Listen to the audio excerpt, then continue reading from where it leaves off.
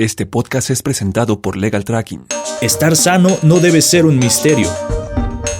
Comprender nuestra salud y prevenir enfermedades es una acción cotidiana conjunta. Conciencia para tu salud. A nombre de todo el equipo de producción que hace posible este programa, les damos la más cordial bienvenida a Capital FM en el 105.3 de la frecuencia modulada del estado de Morelos. Esto es Conciencia para tu Salud, una emisión dedicada a la reflexión de nuestra salud a través de nuestro cuadrante.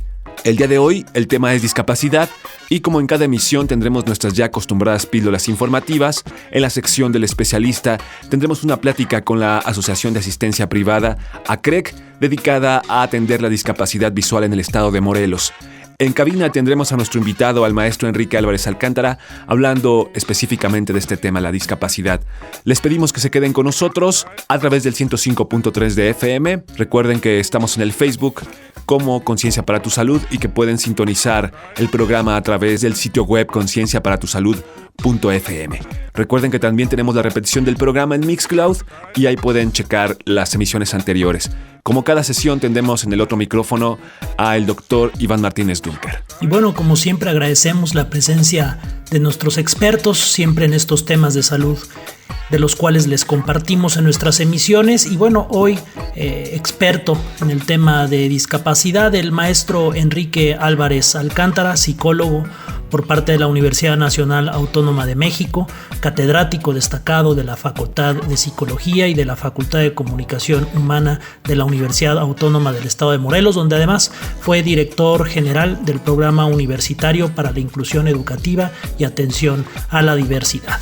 Es experto en temas de neuropsicología, psicología del desarrollo, educación especial, discapacidad y autismo, sobre los cuales ha publicado ampliamente. Además, Premio Nacional de Psicología 2016 en el área de ejercicio destacado y ético de la profesión por parte de la Federación Mexicana de Psicología Asociación Civil. Muchas gracias, maestro, por estar con nosotros. Para poder conversar con todos nuestros radioescuchas sobre el tema de discapacidad, que bueno, creo que es un tema de alta relevancia, pero que desafortunadamente no se conoce suficiente en la sociedad, y también pues hay varios retos, varios mitos, varios prejuicios que esperamos en el poco tiempo que tenemos el poder ir aclarando. Y bueno, pues para empezar una pregunta para poner en relevancia el tema de la discapacidad, si podría decirnos, maestro Enrique, ¿qué son las discapacidades? A veces puede existir la noción que quien tiene una discapacidad es la persona que está en una silla de ruedas y que no puede hacer nada, pero creo que el concepto es más amplio y profundo. Entonces, si nos puede decir la discapacidad, en qué consiste, y en México cuántas personas están afectadas por discapacidades y qué tipos de discapacidades hay. Bueno, buenas noches. Muchas gracias, doctor Iván, por la generosa invitación y el espacio. El asunto en torno a la discapacidad creo que merece por lo menos 3 precisiones. La primera es que nítidamente la Organización Mundial de la Salud ha diferenciado deficiencia de discapacidad. Es decir, una deficiencia es una desventaja biológica con la cual nace o adquiere una persona.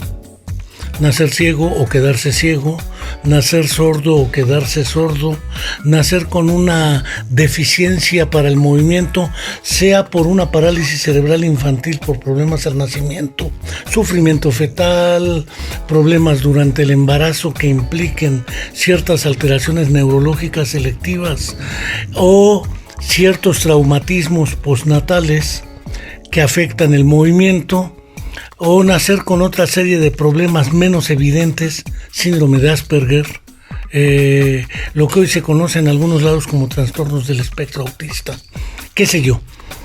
Esas son deficiencias que en ciertas circunstancias y condiciones pueden ser más o menos discapacitantes.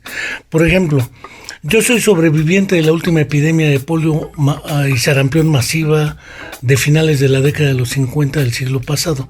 Seguramente que si a un niño hoy le atacara el virus de la polio, enfrenta con mejores recursos que los que enfrenté yo hace más de medio siglo un evento como las secuelas de la polio. Primero, porque los recursos para enfrentar el ataque viral, y dos, para prevenir secuelas y atenderlas, son otros hoy que hace medio siglo. En consecuencia, la discapacidad no es en sentido estricto la deficiencia, llámese ceguera, sordera, parálisis cerebral, secuela de polio o lo que sea. La discapacidad es resultado de la interacción de esa condición con el entorno. En entornos que son más favorables, es menos discapacitante una cierta condición. Por otro lado, hay que diferenciar discapacidades transitorias de permanentes. Hay personas que por un accidente, un traumatismo de cráneo, un traumatismo en accidente de carro, de motocicleta, herida de bala, etcétera, durante un tiempo tiene ciertas dificultades para adaptarse a las exigencias del entorno. Pero una vez superada esta condición, recupera su situación anterior. Hay otros procesos de corte degenerativo, puedo hablar de procesos demenciales, Alzheimer, puedo hablar de eventos vasculares cerebrales progresivos o microinfartos cerebrales que pueden producir demencias de largo plazo o eventos neuropsicológicos secundarios a un trauma cerebral.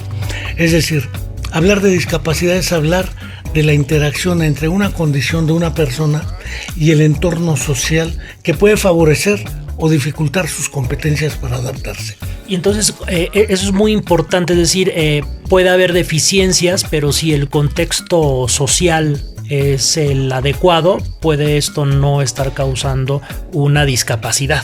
Puede hacer una vida normal, siempre y cuando se intervenga con recursos de apoyo para evitar que esa condición o esa deficiencia tenga un impacto más nocivo por el entorno cultural y social. Y yo creo que en ese sentido el entorno familiar, pues como bien lo dices tú, es el primer entorno con el que se enfrenta quien sufre de este tipo de trastornos y ahí, por ejemplo, para las familias que nos escuchan, que en un momento dado se están enfrentando por primera vez, porque sabemos que a veces puede ser algo recurrente en las familias, ¿no? Pero que se está enfrentando con una situación de esta naturaleza y que pues genera mucha presión, mucha incertidumbre e incluso en muchas ocasiones mensajes negativos o de pues falta de esperanza. ¿Cuáles serían las recomendaciones que les podemos dar a las familias que tienen algún hijo con una discapacidad? El asunto lo iba a invertir cuando hiciste la pregunta, porque el problema no es cómo enfrenta el niño a la familia, sino cómo la familia enfrenta las circunstancias que para la familia... Vamos, tú cuando ibas a ser padre, porque sé que lo eres, seguramente querías tener un hijo guapo como tú, inteligente como tú, en condiciones favorables como tú, y resulta que en el momento en que nace le dicen a tu esposa, ¿sabe que su hijo tiene síndrome de Down? Choca con el narcisismo que uno tiene, que es un concepto psicológico el que acabo de utilizar. Choca con tus expectativas, choca con las expectativas del medio externo y además la mirada de los otros casi siempre es estigmatizante. El primer obstáculo que se enfrenta en ese sentido es doble. La institución que atiende, hospitalaria, usualmente atienden al paciente como paciente, no como persona. Perdón por la diferencia, pero es claro que en cuanto dan de alta ya el hospital se desentendió de lo que sigue. Porque así es en cualquier circunstancia. El hospital tiene sus límites temporales y espaciales. Después es la familia y el entorno que son los preescolares, la escuela, la institución de salud que va recurrentemente visitándose por retardos en el desarrollo, dificultades en el desarrollo, retardos en la marcha independiente, en el lenguaje, etc. Lo primero que vale la pena tomar en cuenta es, uno, no es una desgracia tener un hijo en estas condiciones. No es culpa tampoco o responsabilidad de la familia. Es una circunstancia que se presenta y ante la cual hay que actuar, porque el problema de los porqués no tiene solución. Si se hacen cariotipos genéticos, en el caso del síndrome de Down, es muy probable porque ya el genoma del síndrome de Down fue de los primeros en describir por completo. Pero pensar en X frágil, pensar en otro tipo de malformaciones congénitas mayores, desde hidranencefalias, que sobreviven niños a esto, meningoceles, qué sé yo, implica que los padres deben estar abiertos a recibir el apoyo, no solo de los expertos, porque también es problema de actitud. El rechazo sí lo lee el niño. Yo he visto mamás de niños sordos que no les hablan y les he preguntado, ¿y por qué no le habla? Pues si no me oye, ¿para qué le hablo? Bueno, y si no le entiende el bebé que sí le oye, ¿para qué le habla? Usted le puede decir, eres un idiota, eres un baboso, pero en buen tono, ay, mi idiotita, mi va. Y el niño se va a poner feliz. No entiende semánticamente o significativamente la palabra, pero sí recibe la carga emocional con la cual lo tratan. Entonces, lo primero es buscar el apoyo, los padres, para poder enfrentar esta situación. Y lo segundo, demandar a los gobiernos políticas públicas, porque si no el problema se vuelve personal, familiar y de costos económicos altos. Otro asunto que comentabas, ¿cuál es la situación de este fenómeno en México? Según el último Censo General de Población y Vivienda de INEGI, el 7% de la población total del país tiene una discapacidad. Según el censo 2010, hablo de hace 8 años. Y hablar del 7% de la población total del país es hablar como de entre 8 y 9 millones de personas en el ámbito nacional. Si lo hago proporcionalmente con los 2 millones que hay en Morelos, entre 100 y 150 mil personas con discapacidad. Pensado sobre la cifra de INEGI, la Organización Mundial de la Salud tiene 3 parámetros. Países altamente desarrollados, países intermedios y países de bajo perfil. A México lo ubica en países intermedios. Para países intermedios ubica entre el 15 y 17% de la población. Y para países muy subdesarrollados ubica entre el 17 y el 20%. Si hablo del 17 es el doble de lo que calcula INEGI. Estaría hablando de entre 16 y 17 millones de personas.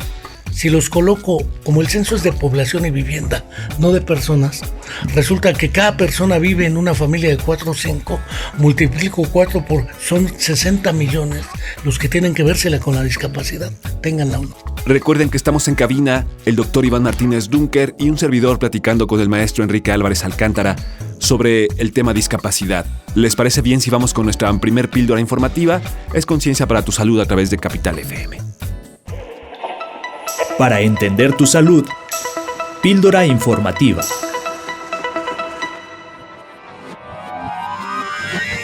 En 2016, la Secretaría de Desarrollo Social, a través del Consejo Nacional para el Desarrollo y la Inclusión de las Personas con Discapacidad, publicó el libro Diagnóstico sobre la situación de las personas con discapacidad en México, en el cual se analiza información relevante sobre los ambientes laboral, social y económico en el que se desenvuelven las personas con discapacidad.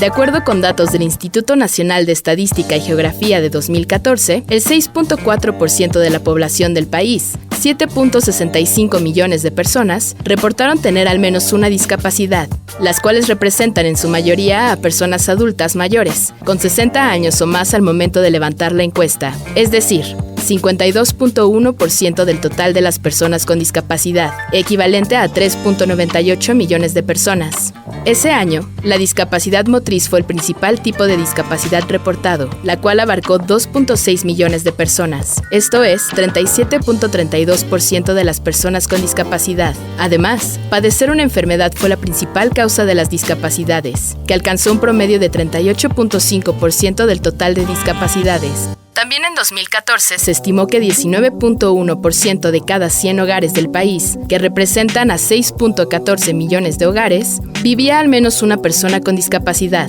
Asimismo, había una mayor presencia de hogares con personas con discapacidad en los que tuvieron ingresos más bajos. También en 2014 se estimó que 19.1% de cada 100 hogares del país, que representan a 6.14 millones de hogares, vivía al menos una persona con discapacidad. En materia de pobreza, el Consejo Nacional para la Evaluación de la Política de Desarrollo Social reportó que el 54.1% de las personas en esta situación se encontraban en condición de pobreza en 2014, cifra cifra superior a la tasa de prevalencia de la pobreza a nivel nacional, que es de 46.2%. Cabe mencionar que la tasa de pobreza extrema entre las personas con discapacidad fue de 12.7%, mientras que en todo el país fue de 9.6%.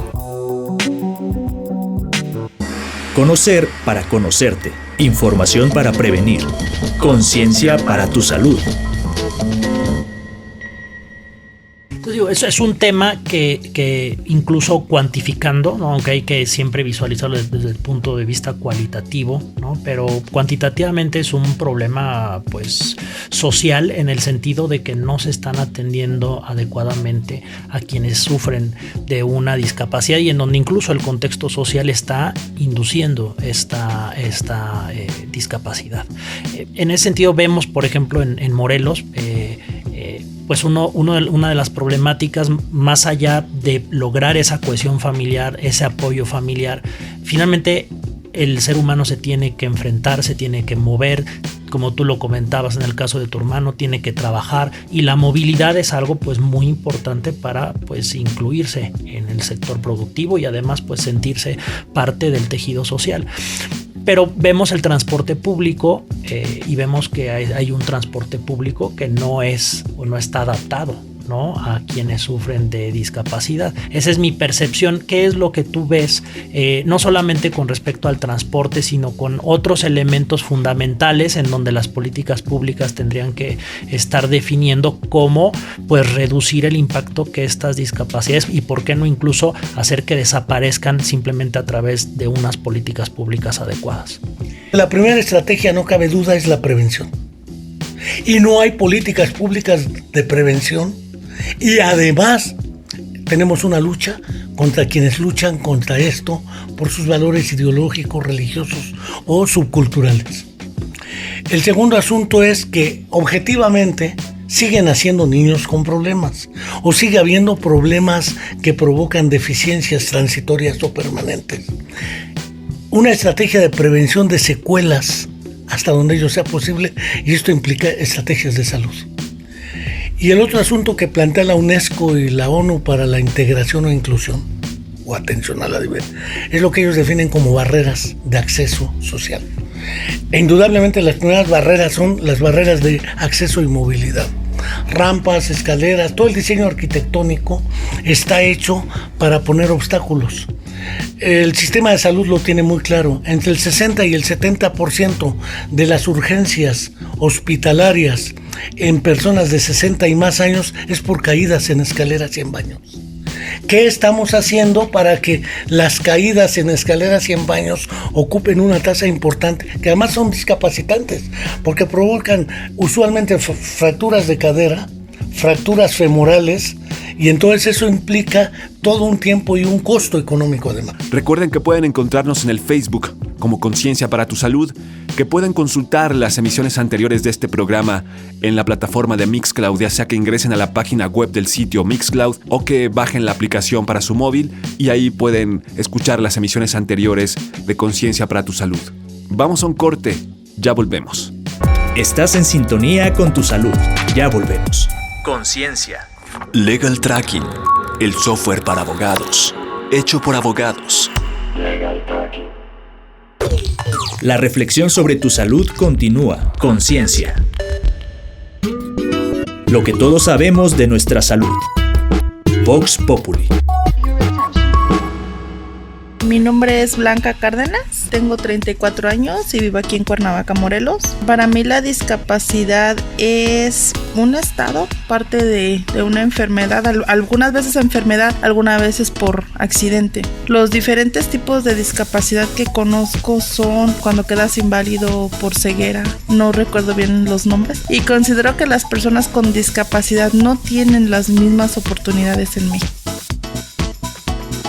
Mi nombre es Edgar González, tengo 17 años, vivo en la colonia Carolina. Para mí la discapacidad es que no sea un impedimento para lograr lo que tú deseas, lo que tú quieres. Simplemente es otra forma de lograr tus objetivos. Las diferentes capacidades que conozco son las mentales y las físicas. Considero que las personas en México no tienen oportunidad en nuestro país por las diferentes discriminaciones que hay, ya sea porque te digan que no puedes o no se debe, y por todo lo que hay en las calles.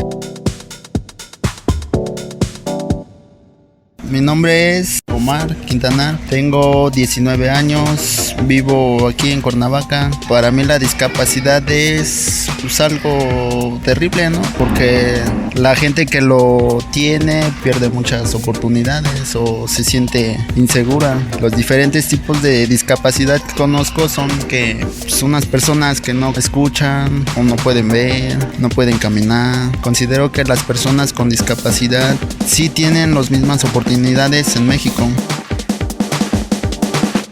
Mi nombre es Daniela Álvarez, tengo 47 años, vivo en la colonia Carolina. Para mí la discapacidad es, desde mi punto de vista, una oportunidad que tienen las demás personas para darse a conocer, ya que estas personas que llegan a presentar algún tipo de discapacidad no es una limitación, sino por el contrario, esto nos brinda la oportunidad de poder sacar otras cosas que nosotros tenemos, otras habilidades y explotarlas al máximo. Y bueno, dentro de los diferentes tipos de discapacidad que yo conozco, hay desde mentales y de algún tipo de motricidad, algún movimiento, o sea, son las que yo hasta el momento tengo por enterada. Considero que las personas con una cierta discapacidad en México no tienen oportunidades de plano para mí en ningún sentido, ya que desde el simple hecho de que en las calles no hay los espacios para que ellas puedan desplazarse, llegan a ser rampas que son rampas que pues ya mero ni una persona puede con todas sus capacidades, vaya entre comillas, muchas veces ni esas personas tienen acceso a esa rampa, ya que hay infinidad de cosas que las obstruyen, son muy altas, no tienen barandales, no hay espacios, en los vehículos públicos tampoco los hay, y bueno, en los trabajos ni se diga, ¿no? Simplemente ven que llega una persona con cierta discapacidad y muchas veces ni siquiera es atendida para una entrevista de algún trabajo. Falta demasiada cultura para poder incluir a estas personas que muchas veces son más hábiles e incluso tienen más conocimientos que nosotros mismos. Acabamos de escuchar lo que la gente piensa en la calle acerca del tema discapacidad. Esto en nuestro Vox Populi. Recuerden que estamos en vivo a través de Capital FM en el 105.3 y que ustedes pueden hacer llegar sus dudas o comentarios a través del Facebook Conciencia para tu Salud. Continuamos con el tema. Estamos con el maestro Enrique Álvarez Alcántara dilucidando acerca de discapacidad. Continuamos. Seguramente ya en muchos países ya existe este tipo de normas, ¿no? Legislación al respecto que permite a quienes sufren de una discapacidad pues moverse de forma relativamente normal en la sociedad. ¿Qué es lo que está faltando en México para que eso suceda, ¿no? Naturalmente sabemos que para este tema, como para muchos, pues hay insensibilidad, etcétera, pero desde la sociedad civil, desde la organización, ¿se está impulsando esto o no hay suficiente fuerza en las organizaciones? Mira, yo creo que un primer elemento es la autoorganización. Yo nunca he militado, y lo podrás constatar del tiempo que nos conocemos, en organizaciones de personas con discapacidad. Para mí el problema de la discapacidad puede volverse una trampa, porque entonces yo defiendo los intereses de los que tenemos problemas neuromotores o motores, y los ciegos, y los sordos, y las personas con síndrome de Down, ¿dónde quedan? Y entonces resulta que hacemos gremios por tipo de deficiencia o de discapacidad. Asociaciones Down, asociaciones parálisis cerebral, asociaciones autismo, etcétera, y nos fragmentamos progresivamente. Creo que una de las primeras circunstancias, y lo voy a decir sin empacho alguno, pero la investigación científica, tecnológica y la innovación en el estado de Morelos, que ahora presumimos puede mejorar, puede abrir becas y sistemas de apoyo a investigación en estos ámbitos porque tienen que ver con el desarrollo científico, tecnológico y humanístico que debe formar parte también de nuestros ejes de trabajo. La nueva secretaria de Turismo, Margarita González Sarabia, le toca el asunto. Pues también trabajar con ella de modo tal que se promueva ese turismo incluyente, porque además eso favorecería al Estado en el sentido de que al venir jubilados de otros países de Canadá, de Europa, a nuestros lugares turísticos relevantes, nos permitiría el ingreso de dólares y de euros. No solamente hacer turismo local, sino hacer turismo internacional. Eso implica hacer accesibles restaurantes, hoteles, el transporte, etcétera. Naturalmente, toda una Secretaría de Obras Públicas y de Desarrollo Urbano que existe en el Estado, estoy hablando nada más del Estado, pero podemos plantearlo en el ámbito nacional, ¿sí? Abrir el espacio que permita ir diseñando obligatoriamente una cuota para transportes, para obras, para desarrollos urbanos, para la accesibilidad y la movilidad. De otra manera no. El Congreso del Estado, la legislatura en turno, debe establecer como prioridad la armonización legislativa de modo tal que tenga una característica fundamental: la exigibilidad. Si no hay exigibilidad, ¿qué hacemos si alguien no cumple con la norma? Que Dagoberto no quiere cumplir y el acuerdo es el 10% del transporte debe ser accesible y para personas con discapacidad. ¿Qué se hace? Pues nada, se le pone una multa de 20,000 pesos, pues la paga, pero riéndose. El problema no está en ese tipo de estrategia, sino en cómo hacer exigible los derechos de las personas y familias de personas con discapacidad, que es de la sociedad en general. Y eso, si nosotros no lo demandamos, nadie lo va a hacer.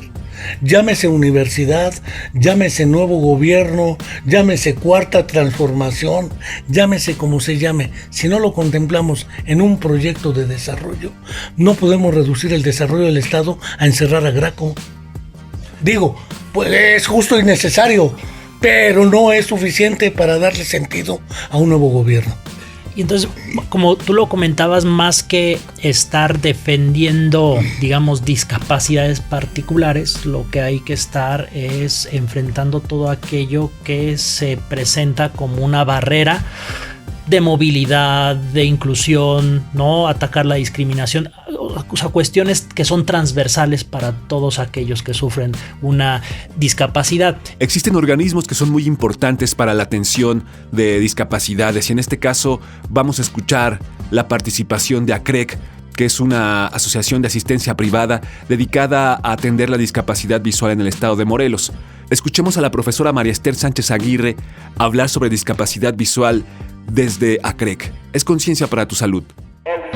La voz del especialista. Soy la profesora María Esther Sánchez Aguirre, cofundadora de la Asociación Centro de Rehabilitación para Ciegos, directora de Desarrollo Institucional.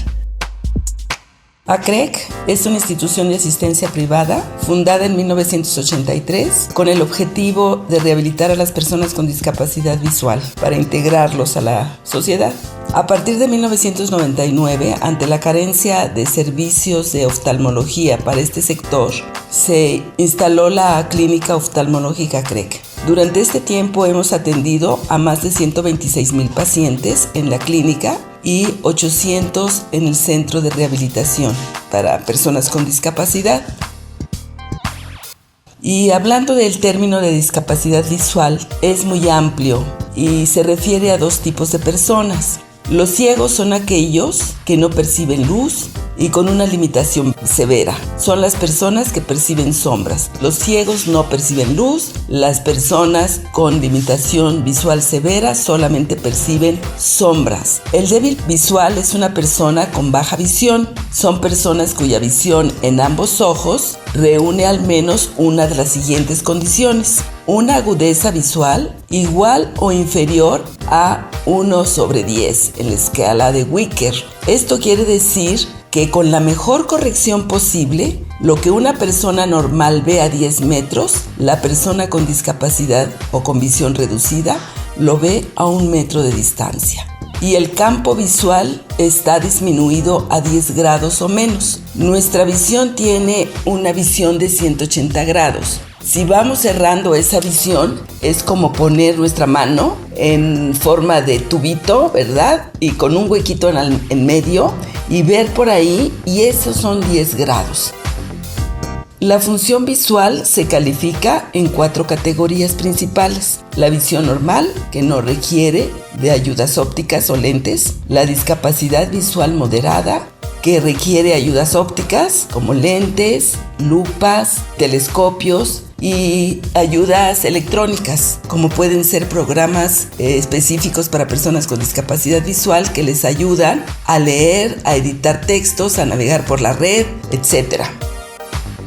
La Organización Mundial de Salud afirma que dentro de las causas de ceguera y limitación visual se encuentra la catarata, que ocupa el 50% de los casos, seguida por el glaucoma con un 16%, el tracoma, que afortunadamente no tenemos aquí en Cuernavaca, se da mucho en el sureste, el 12%, la retinopatía diabética con un 8% y los defectos refractivos no corregidos con un 8%, la ceguera infantil con un 3%.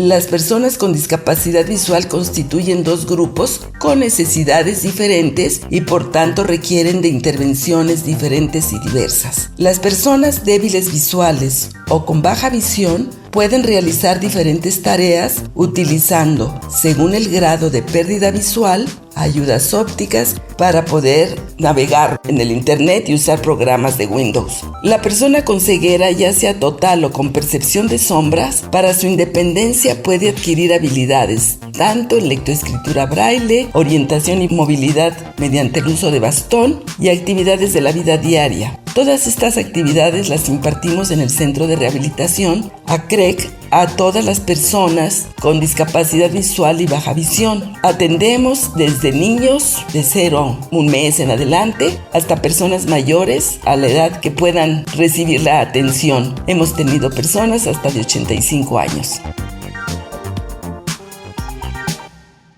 Para evitar la ceguera, en la Clínica Oftalmológica CREC, nuestro modelo de intervención contempla el programa de prevención de enfermedades visuales. En este programa se atienden consulta de primera vez y campañas. Las campañas las hacemos en comunidades en donde asistimos para impartir pláticas de prevención, sensibilizando a los jóvenes, a los niños, para el cuidado de la salud visual.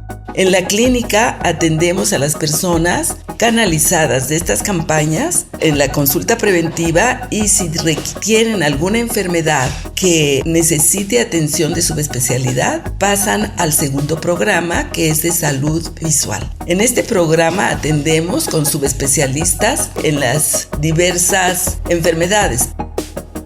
El glaucoma es también una enfermedad que deteriora la visión de forma importante. Hay un glaucoma congénito. Los niños tienen que ser operados para poder detener este proceso con un implante de una válvula.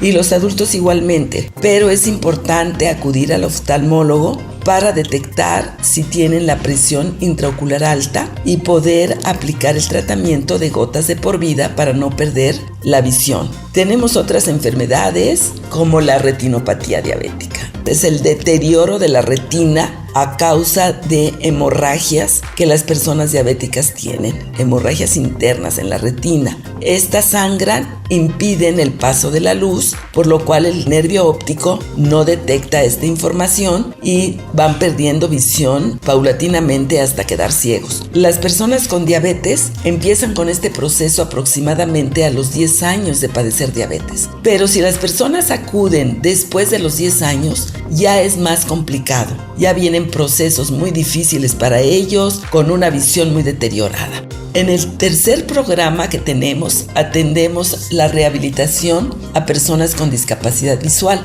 En este programa, algunos de nuestros pacientes de la clínica con retinopatía acuden para su rehabilitación, pudiendo haber quedado con visión si hubieran atendido a tiempo.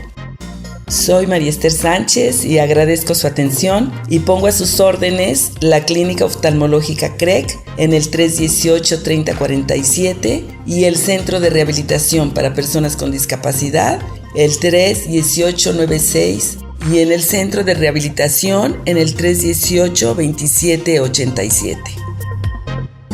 Conocer para conocerte. Información para prevenir. Conciencia para tu salud. Estás en sintonía con tu salud. Ya volvemos. Conciencia. Legal Tracking, el software para abogados, hecho por abogados. Legal Tracking. La reflexión sobre tu salud continúa. Conciencia. Para entender tu salud, píldora informativa.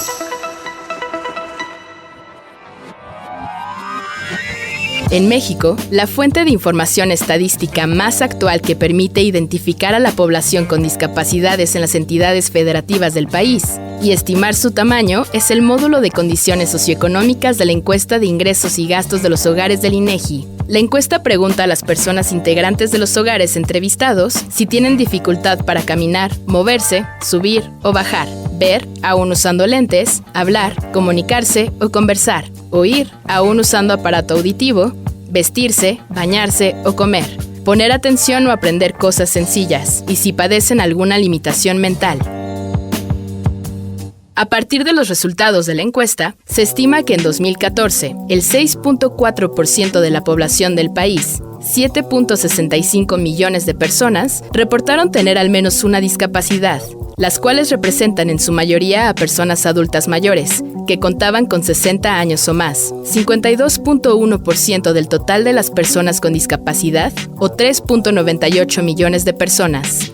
Ese mismo año, el principal tipo de discapacidad reportado fue la motriz con 37.32%, o 2.6 millones de personas. Y tener una enfermedad fue la principal causa de las discapacidades. 38.5% del total se deben a esa causa.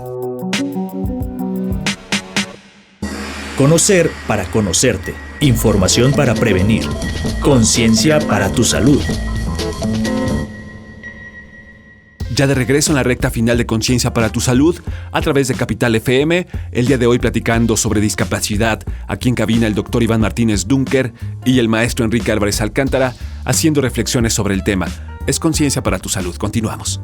Una parte importante también es que, independientemente de las políticas públicas que permitan el reducir estas barreras y crear puentes para que haya esa inclusión, ¿cuál es el mensaje para el sector empresarial? ¿No? Probablemente ahí cómo las empresas pueden visualizar que la inclusión de personas con discapacidad es algo positivo para sus empresas. Existen una serie de fenómenos no por obra y gracia del azar. Hay un conjunto de condiciones económicas, culturales, etcétera, que las hacen posible. Si no ataco esas condiciones que hacen posible la presencia de la discapacidad, no puedo abatir o disminuir el impacto negativo de la existencia de la discapacidad. Indudablemente un restaurante, yo cuando voy a un restaurante y no tengo modo de que entre en la silla, le digo al encargado o al dueño, oye, si haces el baño más accesible va a venir más gente. Es decir, porque además así lo puedes anunciar, este lugar es accesible para personas con discapacidad. Este lugar no discrimina. Resulta que recordarás un evento de una chica con ceguera que quiso tomar un Uber con un perro y el taxista dijo no llevo perros. Pues la está discriminando por su condición, porque ella trae un perro guía, no un perro para apapacharse. El perro le permite la movilidad en el entorno y un derecho constitucional es la libertad de movimiento. Es decir, le están violando un derecho constitucional y nadie hace nada. Entonces, no cabe duda que un servicio como los taxis, que no discriminen a una persona ciega porque lleva a su perro guía, o que le preguntan al sordo pero no le hablan de frente como no oye, pues por lo menos que tratemos de, con sistemas de sensibilización, hacer entender que si la persona no le comprende es porque no porque no quiera, sino porque hay una condición que le impide o que le dificulta, si no es el caso, establecer una relación como la esperaría él. Entonces necesitamos cierta flexibilidad para ello. Con respecto a contratar gente con discapacidad, ¿qué mensaje hay para las empresas en ese sentido? Voy a describir lo que se hizo durante el periodo de Rafael Correa en el Ecuador. Creó un programa en el Banco Nacional del Ecuador de contratación de ciegos. Y uno se preguntará, ¿para qué quiere ciegos en un banco? Porque por el tacto detectaban qué billetes son buenos y qué billetes no son buenos. Porque ellos al tacto identifican ciertos rasgos y características del papel moneda. Y sin error diferenciaron los falsificados de los buenos. Pasa lo mismo con la moneda, no el papel, con la moneda. De hecho, Es más nuestra teoría implícita o nuestro prejuicio el que nos impide o no la inclusión laboral de una persona, y por el otro lado esa idea casi caritativa de que hay que darle chamba. Lo que quiero decir es que no nos damos cuenta de las otras competencias que tiene la persona, y no nos damos cuenta que la desventaja que yo veo desde el exterior puede ser una ventaja vista desde el interior. No toda desventaja es una desventaja, puede ser también ventajosa, pero dijera un psiquiatra, Paul Václavic, tenemos el arte de sacar lo malo de lo bueno y no lo bueno de lo malo. Y sacar lo malo de lo bueno nos conduce inmediatamente al arte de amargarse uno la vida, porque es un arte también amargarse la vida. No voy a poder, ¿por qué? Este no va a poder. ¿Cómo lo pongo, por ejemplo, a un sordo a trabajar? Puede hacer de acuerdo a su competencia ciertas habilidades o ciertas cuestiones. ¿Sí? El problema es no encasillar a la persona con el tipo de deficiencia que tenga, porque efectivamente no necesariamente está discapacitada depende de los recursos que le pongo. Personas en silla de ruedas, amputadas de las piernas, pueden hacer cosas con los brazos. Entonces, el problema es la flexibilidad de reconocer que el trabajo o el sistema laboral es un sistema también no solo en serie, sino es también un sistema de interacciones y relaciones de apoyo y de resistencia como sistema, no solo como persona. Claro que se puede abrir el sistema del empleo y da muchas ventajas, porque la persona que tiene un empleo con alguna discapacidad se compromete más por la misma condición. Eso está muy demostrado. Ya en la última parte, ¿les parece si nos vamos con nuestra última píldora informativa? Son algunos datos sobre la discapacidad. Es conciencia para tu salud. Para entender tu salud, píldora informativa.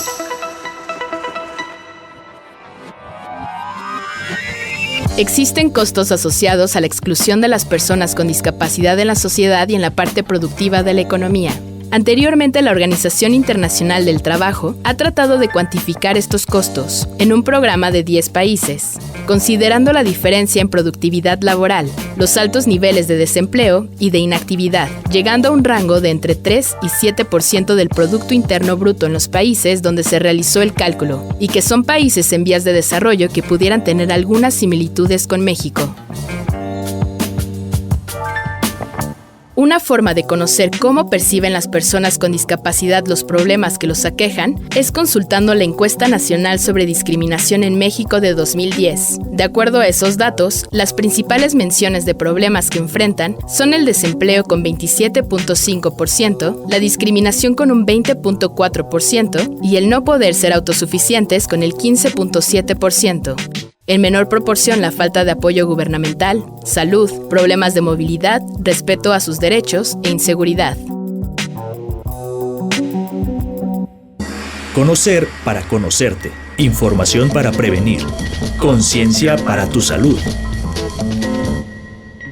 No olviden escuchar las emisiones anteriores de Conciencia para tu Salud a través del Mixcloud. Ahí pueden checar las 5 emisiones anteriores y las diversas temáticas que se han tocado. Están en Conciencia para tu Salud a través de Capital FM. Continuamos. Bueno, pues creo que nos han quedado claros varios elementos, ¿no?, importantes desde la familia, de la sociedad, la parte del sector empresarial, el sector productivo, de cómo hay que transitar de visualizar a quienes tienen discapacidad y les damos trabajo, les damos oportunidad de trabajar, no de verlo como un favor, ¿no?, como una limosna, ¿no?, como para que se entretengan. Al contrario, no es algo que puede ser productivo. Incluso alguien con una discapacidad puede ser más productivo que alguien que no tiene esa discapacidad, precisamente porque se exacerban otros sentidos, otras capacidades, se desarrollan competencias que finalmente pueden tener un producto laboral de interés, ¿no? Como siempre, no tenemos siempre todo el tiempo para desarrollar este tema. Es un tema muy importante y bueno, quisiera dejarle en estos minutos que nos quedan al maestro Enrique algunas conclusiones que quisiéramos dejar ahí insertadas en la conciencia de quienes nos escuchan sobre este tema. Diría lo primero: tener una deficiencia no es una desgracia. Uno puede sobreponerse y de alguna manera desde filósofos como Hobbes, Nietzsche, desde lo que no te mata te fortalece, a veces tampoco es así. Sin embargo, de no haber tenido yo esta condición desde la infancia, yo creo que no sería lo que soy hoy. Es decir, el hecho de haberme tenido que enfrentar a la adversidad es una ventaja que no tuvieron mis hermanos ni mis compañeros de generación. Entonces resulta que lo que los demás ven como una desventaja, para mí ha sido muy ventajoso, porque de no haberlo enfrentado no adquiero los recursos que tengo para afrontarlos. Esto significa que si sabemos aprovechar la presencia de ciertas deficiencias, porque además ya no tenemos de otra, finalmente el que para maceta nace, ya hay que admitirlo, está ahí, pero no se va a quedar de maceta. Sí. ¿Qué quiere decir esto? Tener una desventaja te permite, al luchar contra ella, construir otras fortalezas, otras ventajas, otras virtudes. Esa vieja idea que en algún tiempo me dijo un exgobernador de Morelos, bueno, tú eres una persona con capacidades diferentes. Y le pregunté si a rajatabla, ¿y quién las tiene diferentes, tú o yo? ¿Y quién las tiene diferentes con respecto a quién? Porque si yo las tengo diferentes con respecto a ti, entonces tú eres el eje de referencia de normalidad. Pero ¿qué tal que es al revés? Que el eje de referencia soy yo y no tú. Entonces el problema de entendamos que todos tenemos diferencias y somos expertos en evaluar las incompetencias. Es que tú eres torpe para esto, tú no eres competente para esto, eres incapaz de esto, pero nunca vemos el lado opuesto de la moneda, porque tiene dos lados, ¿sí? El lado opuesto es, sin embargo, y a pesar de ello, ¿para qué si eres bueno? Nuestra alumna de la UAM de la Escuela de Música tiene ceguera y tiene síndrome de Down, pero interpreta bien el piano, y si hay una especialidad que forma un intérprete de piano, ¿por qué no tener la oportunidad de que estudie como intérprete de piano? Puede no saber historia de la música, puede no saber teoría del piano, etc., pero de que toca el piano aceptablemente, lo toca aceptablemente. Que no lo toca para ser una gran concertista, ¿qué importa? ¿Quién es el mejor de todos para decir que el otro no es el mejor? Entonces tenemos sistemas de taxación o de tasación que nos ponen en desventaja, pero es el propio sistema de tasación. Si yo me evalúo contra mí mismo en este proceso, trato de superarme a mí mismo, pero si trato de superarte a ti en correr, pues nunca te voy a ganar.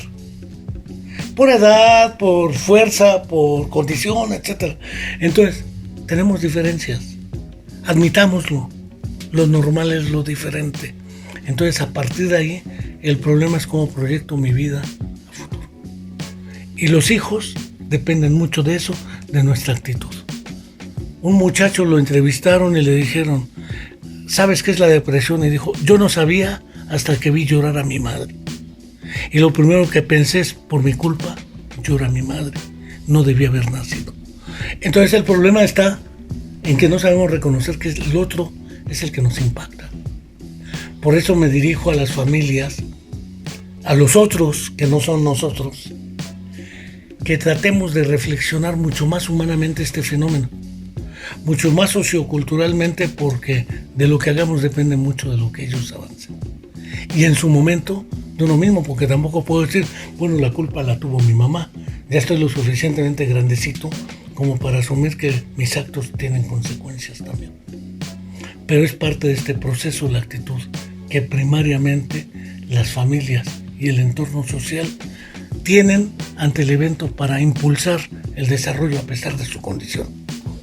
Bueno, pues muchísimas gracias, muy importante mensaje. Espero que pues tengamos oportunidad de en otras emisiones hablar de este tema y bueno, ¿por qué no particularmente ya de concretar algunas propuestas ya de políticas públicas que en Morelos se pudieran impulsar y que creo que es necesario que podamos hablar y difundir con nuestros radioescuchas. Y bueno, pues les agradecemos habernos acompañado en el 105.3 Capital Radio. No se olviden de seguir nuestros podcasts en internet y bueno, nos vemos el próximo lunes, igual a la misma hora, 8 de la noche. Muchas gracias. Estar sano no debe ser un misterio. Comprender nuestra salud y prevenir enfermedades es una acción cotidiana conjunta. Conciencia para tu salud.